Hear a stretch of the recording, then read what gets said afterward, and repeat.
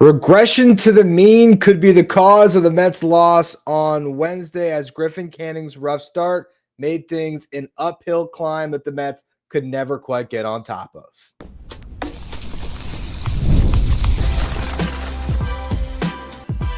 You are Locked On Mets, your daily New York Mets podcast, part of the Locked On Podcast Network, your team every day. Hello to all you amazing Mets fans. You're watching Locked On Mets, part of the Locked On Podcast Network, your team every day. I'm your host, Ryan Finkelstein. I've been covering the New York Mets on this show since the 2019 season. This is the only podcast that covers the Mets 7 days a week throughout the regular season. If you want to find any of my written work, you can do so over at justbaseball.com, where I work as the managing editor. Well, going into this homestand, I talked about a roadmap for the New York Mets, and that roadmap was to a 7-2 homestand. It included beating the Dodgers in the series. They did that. It included winning 5 of 6 against the White Sox and the Rockies. So maybe this is just the one loss because the New York Mets got a rough start from Griffin Canning. They never quite recovered.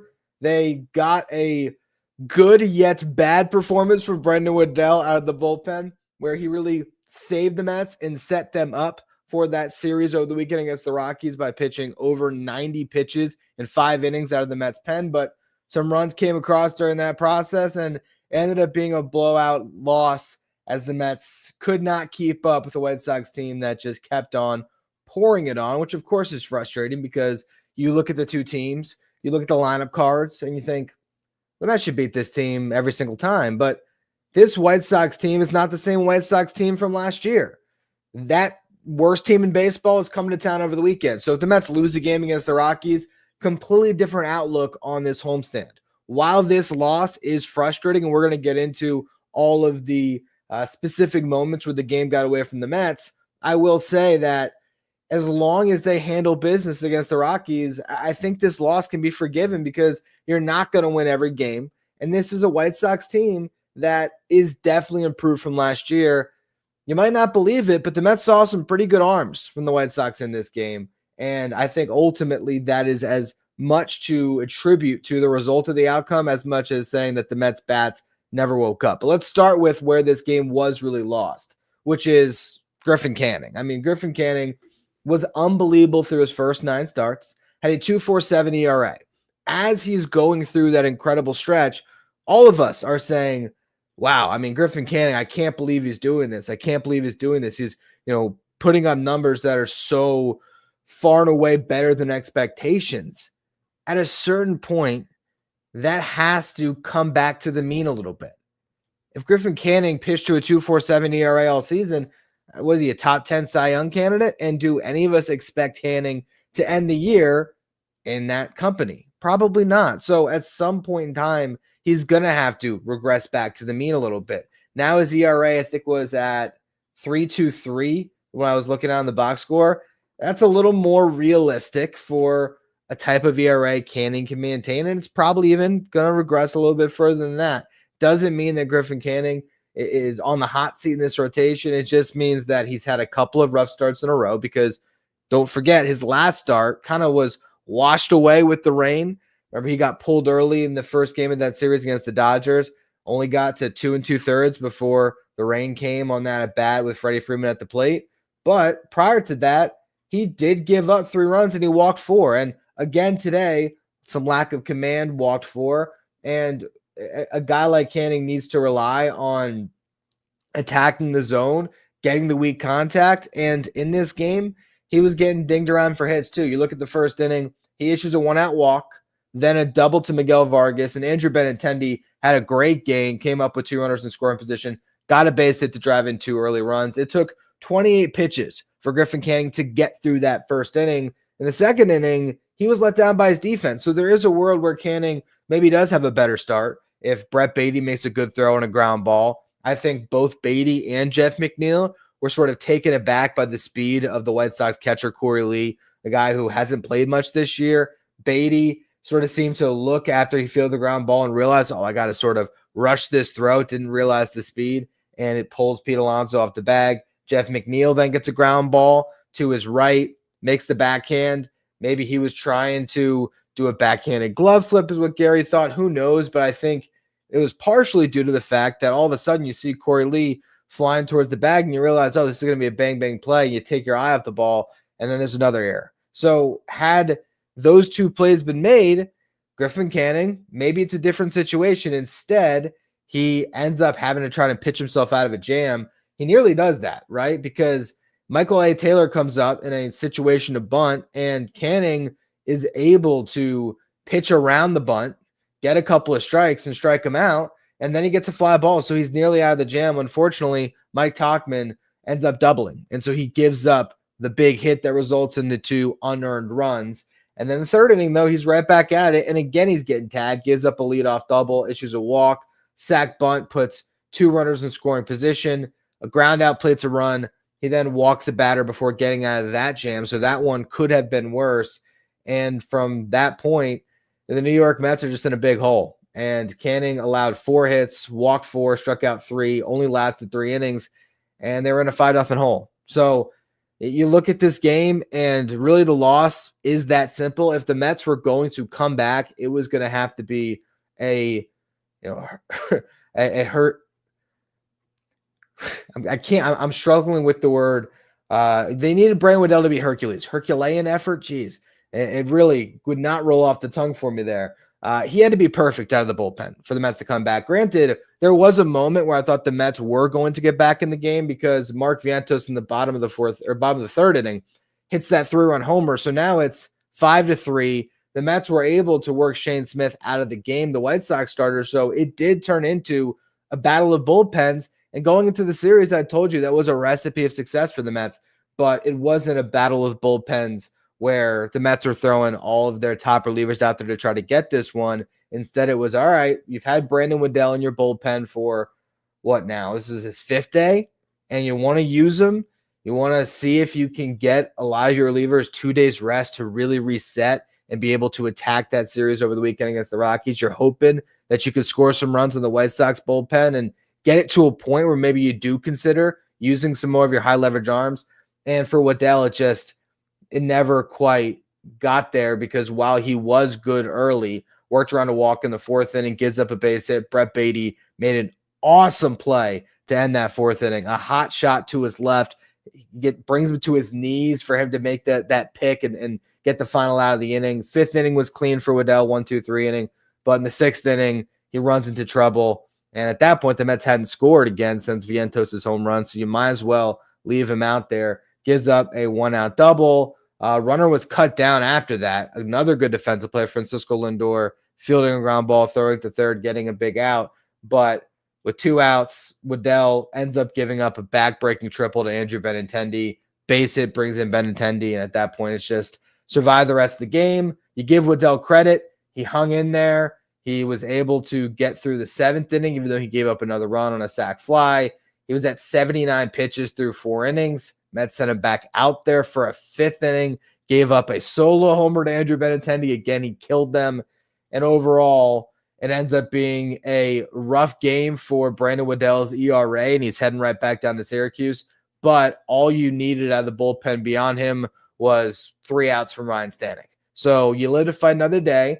To sort of punt this game was probably the right call after Griffin Canning start and after Waddell ended up faltering. If he got through one more scoreless inning, I think the Mets maybe try to chase this one a little bit, but once it got away from him, you just leave him out there. And you are playing for, in this case, not tomorrow, but for Friday. You beat the Rockies and you sweep them.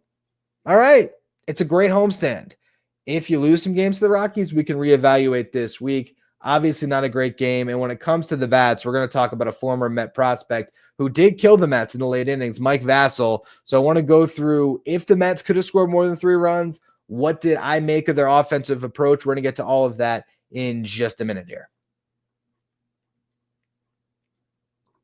Today's episode is brought to you by Monarch Money. Ever check your bank account and wonder, where did all my money go between dining out, online shopping, and entertainment? It's easy to lose track. That's where Monarch Money comes in. It's your personal CFO giving you full visibility and control over your finances. Monarch Money isn't just a budgeting app. It's a complete financial command center where you can track all of your accounts, investments, and spending in one place so you stop just managing your money and you start to build wealth. Instead of juggling multiple apps, you can use Monarch to check your finances, track your spending, and even plan long-term goals. And it's the perfect place to manage your money with your partner because you can track shared and personal accounts, set goals, and stay on the same page without the stress. Take control of your finances with Monarch Money. Use the code LOCKEDONMLB at monarchmoney.com for 50% off your first year. That's monarchmoney.com, code LOCKEDONMLB for half off your first year.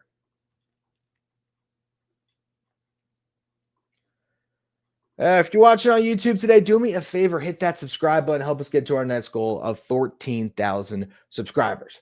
Now, when it comes to the Mets and their lack of a great offensive effort on Wednesday, I think they did execute a good game plan against a very tough starting pitcher. So I want to give them credit for that because Shane Smith has been great this year. Came into the start with a 2.36 ERA, but one of the things I mentioned on the previews, he had not thrown beyond 90 pitches. So I think if you look at the Mets game plan, it was pretty clear early on. It was trying to work counts, trying to get Shane Smith out of the game, basically hoping that, for one, if you get traffic on the bases, you might score on Smith, and they did with the 3-run homer by Vientos, but you're banking on your ability to, for one, probably keep the game close with Griffin Canning going up against a White Sox lineup that shouldn't have, in theory, gotten to him as much as they did. And then when you get into those later innings, the White Sox bullpen has been very bad this year. Their rotation's been their strength. So when you look at what they were trying to do to end up in a situation where you got 3 runs on a guy that's been great this year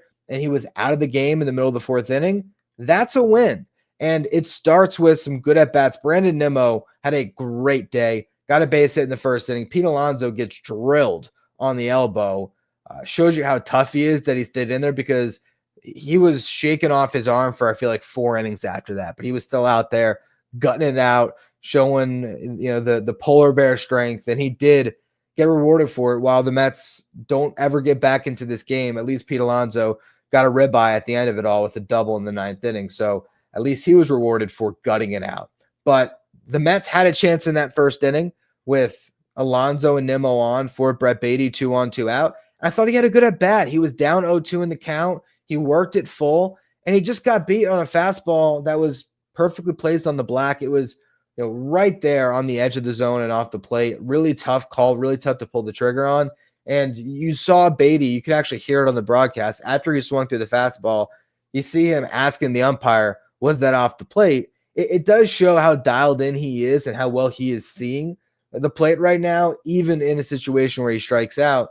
Yeah, it was a moment where he didn't come through, but I think the approach is good, and that should bode well for future at-bats, right? 2nd inning, Jeff McNeil and Luis Torrens work walks.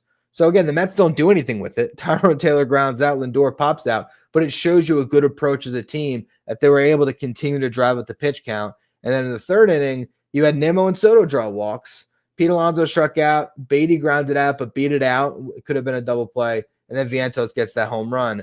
I really look at where the Mets are at through 4 innings, and they got Smith out of the game at 86 pitches through 3 2/3. It's a 5-3 game as you go into the 5th inning, and it's bullpen versus bullpen. That's kind of a win for the Mets early on. Not a win overall. A win's probably too far, but when it comes to the Mets lineup and hanging in the game and what they had to do, I don't think that the Mets, through the first 4 innings, failed as an offense. Now, the last 5 innings, different story. So I think they had a good game plan for the starting pitcher, but then it came to the bullpen, and it just ended up being a wrap once Mike Vassell came in. Brandon Eisert was good for the White Sox, got the final out of the 4th. He went right through Soto, Alonso to start off the 5th inning, got those guys out, hit Brett Baty, then gets Vientos to strike out to get through that one. And then here comes Mike Vassell in the 6th. And you just had a bad feeling, right? Former Mets top prospect. I didn't need Gary Cohen kind of making Mike Vassell seem to be more than he is by talking about he was the best pitching prospect in this system at one point in time. I don't remember that to be the case, if I'm being honest. Now, that could have been what MLB Pipeline said, and take that for what it is. I'm thinking back, personally, I don't think I ever regarded him as the best in the system, but it also is a testament to where the system was that Mike Vassell was the best. Not taking any shots, but a Mike Vassell level prospect in this system now is not in potentially the top 5 arms with some of the arms the Mets have right now in their farm. So it was just interesting the way that he was painting Mike Vassell, but Vassell was living up to that in some respects. As the guy that got away, Rule 5 draft pick, Mets didn't protect him on the 40-man roster. He gets selected, and here he is dominating. I think Vassell came with a lot of adrenaline and did throw the ball really well. You can see why. The Mets liked him at one point, and a lot of teams liked him in the Rule 5 draft process because this is a guy that has a lot of experience pitching in the upper minor leagues through a lot of innings. So you have a very stretched out arm. So for a rebuilding team to take a flyer, why not? He's pitching out of their bullpen. He's in a lot of low leverage situations, just eating up innings. And you saw how effective he's probably been throughout the year by how well he pitched against the Mets. He was great in 3 innings, struck out 5. It gave up a couple hits and a walk, so a base runner an inning, was in complete command of his pitches, and really it felt like he just kind of turned off the faucet for the Mets offense, and they couldn't get anything going. And I feel like in that moment you got a Mets lineup that's day game after night game trying to fight this uphill battle, and here's Mike Vassell, who was ready to shove it against his former team, and he just had more edge than the Mets. Were the at-bats great? No. But am I worried about this lineup after this game? Not necessarily. I mean, I think if you're going to take anything from it when it comes to the Mets lineup, you still have Juan, Soto, and Francisco Lindor who are struggling. I mean, it's obvious. Before that hit by Alonso, I was going to say you combined Lindor, Soto, and Alonso throughout this game. They were 0 for 12 to start things off. It wasn't until Pete got that hit in what amounts to garbage time in a blowout, the RBI double, that any of those guys even was able to get a hit. I think Soto drew a walk, and obviously Pete Alonso got hit by a pitch, but Lindor was 0 for 5 with 3 strikeouts, and Juan Soto just continues to roll everything over. And it's hard to really figure out what's going on there. As much as you can point to a mechanical thing, and you've seen, I saw there was some video on Foul Territory today. I haven't got a chance to watch it, about the decline in his bat speed. It just feels like a confidence issue with Soto. And at some point you hope that that's going to turn, because the guy is too good of a hitter for it not to. He's still hitting the ball hard at times, but it's the rolling over where you can't just say, oh, it's just the guy's been unlucky. Sure, you can look at the expected stats. You can look at an expected batting average close to 300. You can look at an expected slugging percentage of it's like 577 going into the game today. That doesn't amount to a guy that is just hitting into bad luck. Because when you watch him, the amount of times that he's rolling over the baseball, it's alarming. It seems like at least twice a game, he's just hitting a lazy ground ball over to the right side. And so that's definitely something to monitor. With that said, I think a couple of positives from this game offensively. Brandon Nimmo looked great, 2 for 3, couple of walks, got on base 4 times. They were talking about him as the old Brandon Nimmo, the one that gets on base all the time. He looked like that version. And I agree with the broadcast. I like that version of Brandon Nimmo. I still want him to get into his power when he gets his pitch.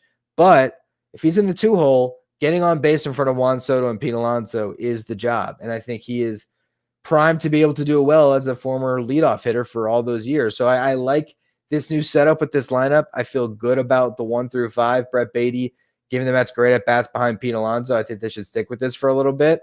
Mark Vientos, hopefully this is a game that shakes him up. I was planning on doing a show this week where I talked about Vientos, and I wanted to talk about how this guy needs to have that confidence and that swagger back, because when Mark Vientos is Swaggy V, the guy that we see sitting courtside at Knicks games, the guy that was so great in the playoffs, there is that star power that exists with Mark Vientos' bat. And hopefully this home run, which broke a 12-game home run drought for him, can snap him back into a rhythm, because he still can be a huge difference maker for this lineup. And if you ever get those 6 guys rolling atop the lineup, all of a sudden you can see a team that might be able to come back in a game like this. But this team's just not quite there yet. Last year, it took until June for the Mets lineup to hit their stride. So we got to still have a little bit of patience here as we get to the summer months. You can see these guys perform a lot better, particularly Lindor and Soto. They're too good to not break out of it. And in some regards, it's almost better when it's those guys struggling compared to having no answers lower on your lineup because you can't just win with 2 or 3 guys. I think the Mets have shown this year they have a lot of guys that can contribute in a big way throughout this lineup. So once your engine starts moving, all the other pieces take you to another level. And I think this team will be just fine. Overall, you look at some of the other takeaways. Brandon Waddell was great because of how much he ate up when it comes to innings. And the best stat that I can give you is courtesy of Mike Mayer on Twitter. You can find him at Mike Mayer too. It is that Brandon Waddell is one of 8 pitchers in Mets history who has gone 5 innings and over 90 pitches out of the bullpen. It's actually, Mike Mayer, 22. I'm going out to read the names. You got Brandon Waddell, Drew Gagno, Sean Markham, of course, Pedro. When did Pedro Feliciano give the Mets 5 innings and 90 pitches? Pedro Feliciano? That's wild. Jeremy Griffiths, Cal.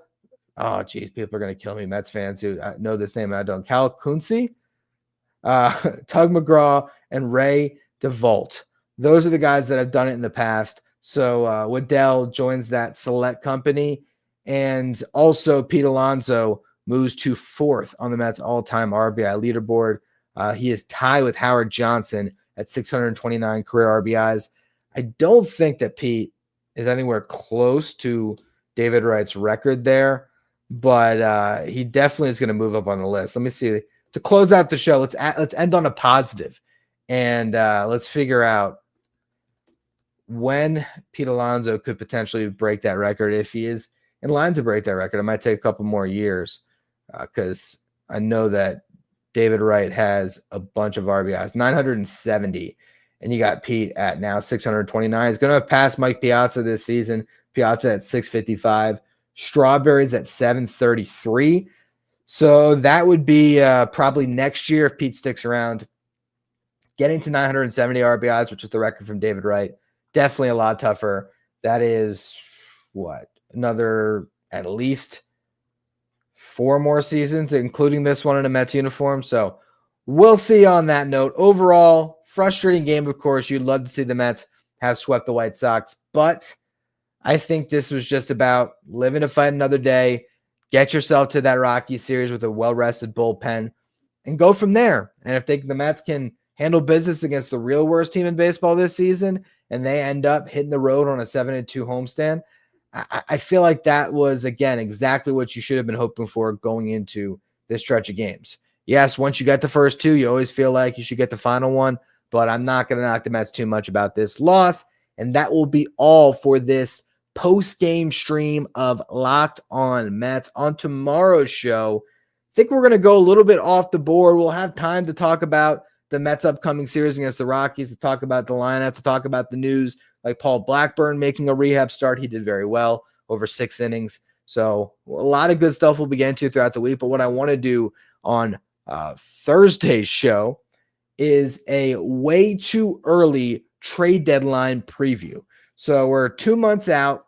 Who knows what the Mets are going to need, but I'm going to break down what could be out there for the Mets, what the Mets could put on the table. Should be a fun show as we talk a little bit about how this roster could evolve when the Mets get to the real stretch run of the season. But anyway, like I said, that's going to be all for the show. Thank you all for tuning into this live stream. Make sure you follow, rate, and review wherever you get your podcast. Subscribe if you're watching on YouTube.